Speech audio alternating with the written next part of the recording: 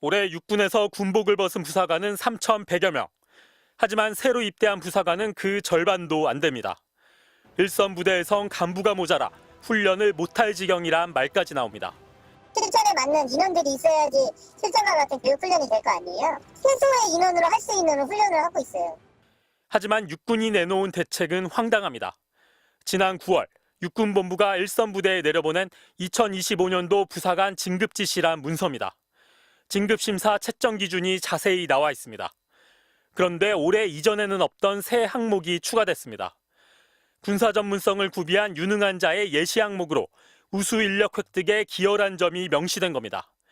육군 관계자는 인력 획득이 현재 큰 이슈라며 별도로 점수를 매기진 않지만 정성적 평가에 반영할 거라고 설명했습니다.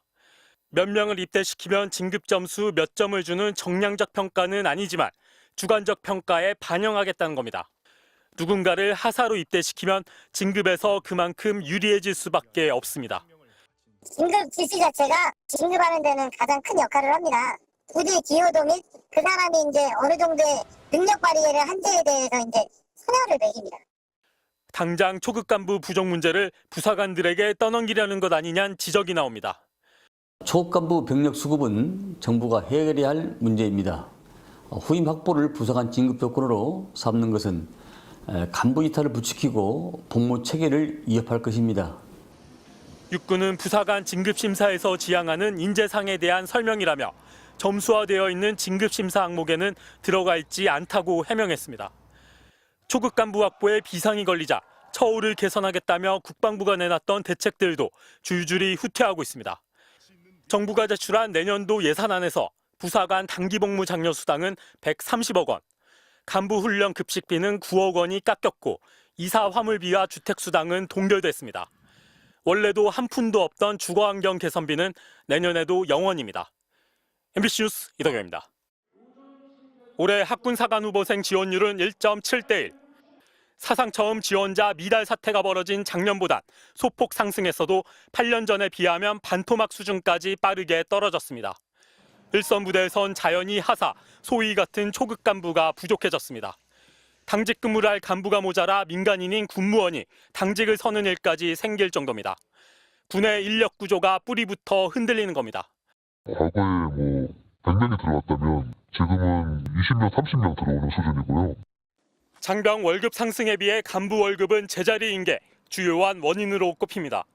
지난 2022년 80만 원 수준이었던 병장 월급은 내년엔 200만 원으로 3배 가까이 오를 전망입니다. 올해 하사 소위 기본급이 180만 원쯤이니 초급 간부나 사병이나 거의 같은 돈을 받는 셈입니다. 그러니 같은 돈을 받고 복무 기간은 더 긴 초급 간부를 지원할 이유가 별로 없어졌습니다. 사사나 특히 초급 소위가 훨씬 더 어려운 일을 하는데 월급 수준이 비슷하다 보니까 그런 부분에 대해서 상당한 박탈감을 느끼고 오히려 군에 들어온 걸 후회하는. 병장 월급 200만 원은 20대 남성층을 겨냥한 윤석열 대통령의 대선 공약이었습니다. 이 공약에 따라 초급 간부 부족이 위험 수위에 달하자 정부가 부랴부랴 대책 마련에 나섰습니다. 현재 사병만 가입할 수 있는 내일 준비 적금을 내년부터 초급 간부까지 확대하는 걸 검토하고 있습니다. 내일 준비 적금은 군복무 중 적금을 들면 매달 적립액만큼 정부가 돈을 얹어주는 제도입니다. 만기까지 적금을 넣으면 제대하면서 최대 2,700여만 원을 쥐고 나갈 수 있습니다. 이걸 임관 2년차 이하인 중소위와 하사로까지 확대해 초급 간부를 유치한다는 계획입니다. 정부는 여기에 단기복무 초급 간부의 수당 인상 등도 추진하고 있어서 여기에만 매년 3천억 원 가까운 예산이 추가로 필요할 것으로 보입니다. MBC 뉴스 이덕영입니다. 김모 소위는 부대 밖에서 살고 있습니다. 부대 안 숙소를 이용해도 되지만 도저히 살 엄두를 낼 수 없었다고 합니다. 온라인상에 공개됐던 열악한 환경과 크게 다르지 않았기 때문입니다. 지어진 지 최소 30-40년 된 아파트에서 생활을 해야 했고 가장 큰 문제는 일단 수질이 문제였고 간음이라던가. 밖으로 나오면서 생활은 더 빠듯해졌습니다. 봉급 160여만 원에서 방값과 생활비를 빼고 나면 생활은 늘 적자입니다. 10년 가까이 근무한 최모 중사도 처지가 비슷합니다. 수당을 모두 합쳐 받은 이번 달 월급은 275만 원. 여기서 세금을 떼고 나면 220여만 원이 통장에 찍힙니다. 최저임금보다 20만 원 정도 많은 수준입니다. 직원을 모집하는데 230을 주더라고요. 내가 저기서 일하면은 지금 군대 있는 것보다는 많이 받겠구나. 밤을 새는 당직 수당은 10,000원입니다. 값을 치르고 사 먹는 급식비와 출퇴근 기름값 등을 제하고 나면 사실상 돈을 내고 일하는 셈입니다. 이렇다 보니 학군 학사장교를 비롯한 단기 복무 간부의 지원율은 해가 갈수록 떨어지고 있습니다. 수당 현실화라는 것도 수년 전부터 얘기가 나왔지만 하나도 이루어진 게 사실상 없는 셈입니다.